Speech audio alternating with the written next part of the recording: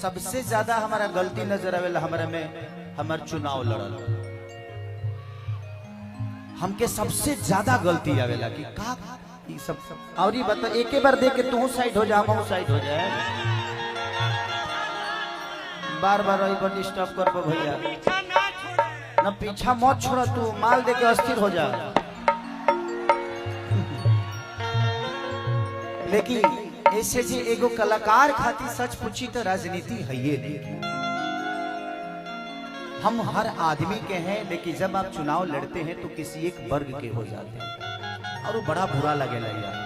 केहू नफरत करेला ना जा तो हमने के प्यार बांटे वाला आदमी ऐसा और केहू नफरत से केहू दूसरा जाति के लोग देखेला तो कहला कि खेसरिया हे जात के हत बड़ा बुरा लगेला। लेकिन ना भाई कलाकारी सही है जब तक जिए तब तक कलाकारी करे और हर वर्ग का प्यार लेते रहे।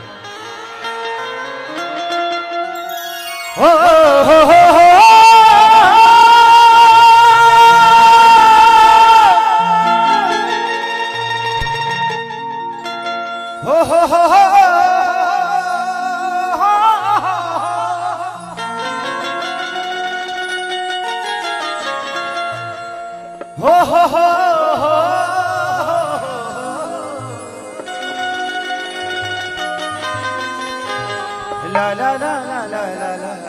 ला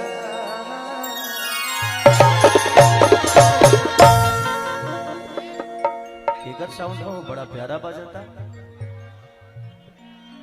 दुर्गा दुर्गा साउंड बहुत अच्छा यार बहुत कम ऐसा साउंड कमी के मिलेला लेकिन कबले बेहतर रही हमारा ठीक नहीं खेला लेकिन देखा लो यही से हम लाइव आके या वीडियो बना के दरवाजा पर आवेली ओकर रीजन बा कि अगर हम लाइव बोलने रहती तो पहला तो 3 जिला के लोग तो आगे रहते जी जगह के कमी बा हम निकाल बनी से एंजॉय करे अपने भाई के तिलक के एंजॉय करे तनी हट जालो मम्मी पापा के आ जाए दलो कि जय गणेश मंगल करना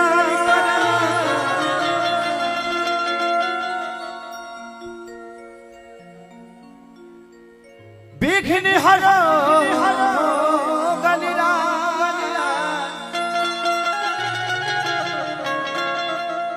एक दंत करी बरी बदना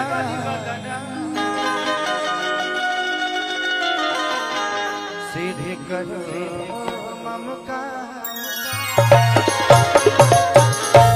चलिए ये हमनी के सौभाग्य बा कि हमनी के माता पिता हमनी के बीच में बानी। ये दुनिया में निस्वार्थ अगर प्यार के होला तो वो माँ बाप के ही होला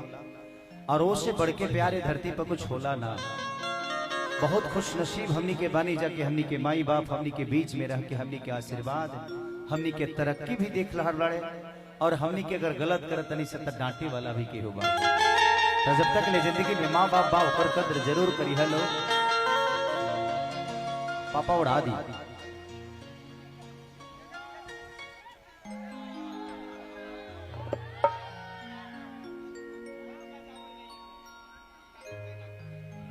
का हो अच्छा आशीर्वादे हो आशीर्वादे हो इतना आशीर्वाद मिले तो हमरा तो डर अगर ये लागो रही तो हम अपना मौगियों के ले लाई रहती 2-4 थन गहना लेके चल जाते जी से।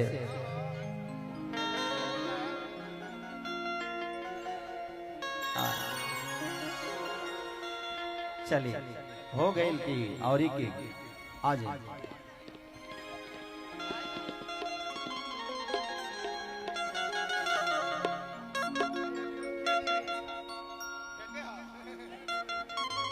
थैंक यू सर। अच्छा आज सभी परिवार के बाद और थैंक यू और पापा जी को भी ढेर सारी शुभकामना कि आज से बेटा आपका पूरा नहीं आधा हो गया तो इनको आशीर्वाद से हमेशा नवाजिएगा ताकि अपने जीवन में विवाहित जिंदगी को बेहतर तरीके से लेकर चले।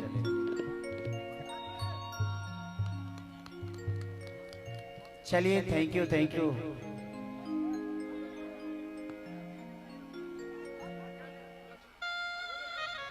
हो गई क्या हो